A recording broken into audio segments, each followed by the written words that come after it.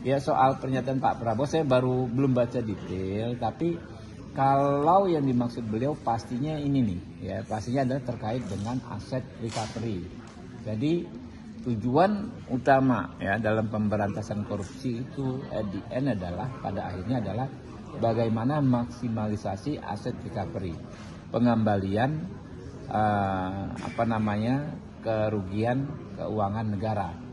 Nah itu yang selama ini menjadi misteri. Dulu ya KPK dipuji-puji memang karena banyak melakukan OTT.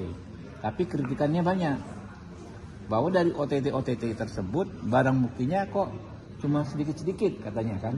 Cuma 50 juta, cuma 100 juta.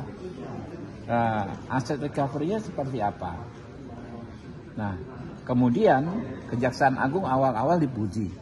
Ya, ada kasus tindak pidana korupsi dengan dugaan kerugian keuangan negara ratusan triliun, ingat nggak waktu itu Jiwasraya, kemudian yang Duta Palma, ya, terus Timah.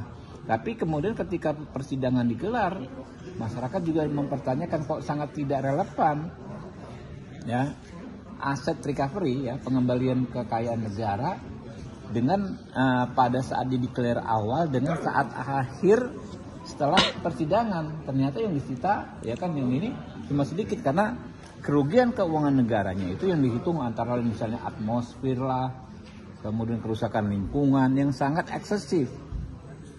Nah, padahal ya itu dia keinginan kita masyarakat publik adalah bagaimana kerugian keuangan negara semakin bertambah, pengembaliannya semakin maksimal. Itu yang disampaikan Pak Prabowo. Pak Prabowo bicara dengan gaya pop, ya kan, mungkin kita akan bukan dalam konteks akan membebaskan, itu saja beliau akan sangat paham, ya.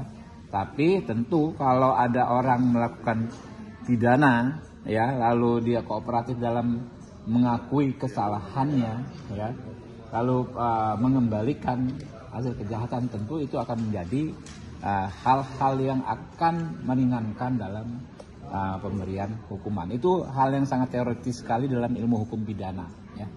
Jadi jangan dipelintir, jangan di framing dengan jahat, ya, bahwa Pak Prabowo akan membebaskan koruptor, itu ya, nggak mungkin lah itu ya. Artinya kalau konteksnya mau ambil secara payung hukum gimana? Makanya Anda itu kan tadi kan dengar nggak saya ngomong gitu loh. Payung hukumnya kan nanti urusan kita, penegak hukum, urusan penegak hukum. Bukan, makanya dengar dulu. Anda ini saya ngomong panjang lebar nggak dengar. Jadi gini, Pak Prabowo ngomong dengan gaya pop, ya kan ya. Dalam konteks hukum ada teorinya. Ketika orang yang mengakui kesalahan, kemudian mengembalikan aset yang dia ambil, ya, itu hukum pidana ada teorinya, menjadi ringan, meringankan, gitu loh. Teori pelaksanaannya di persidangan nanti dalam proses peradilan yang terbuka untuk umum. Kan ditanya berapa yang kau ambil, berapa kerugiannya keuangan negara, apakah ada perkara lain yang kau terlibat dan lain sebagainya. Kan ada juga teori soal whistleblower, ya kan ya. Itu pelaksanaannya itu nanti. Oke. Download Tribun X sekarang, menghadirkan lokal menjadi Indonesia.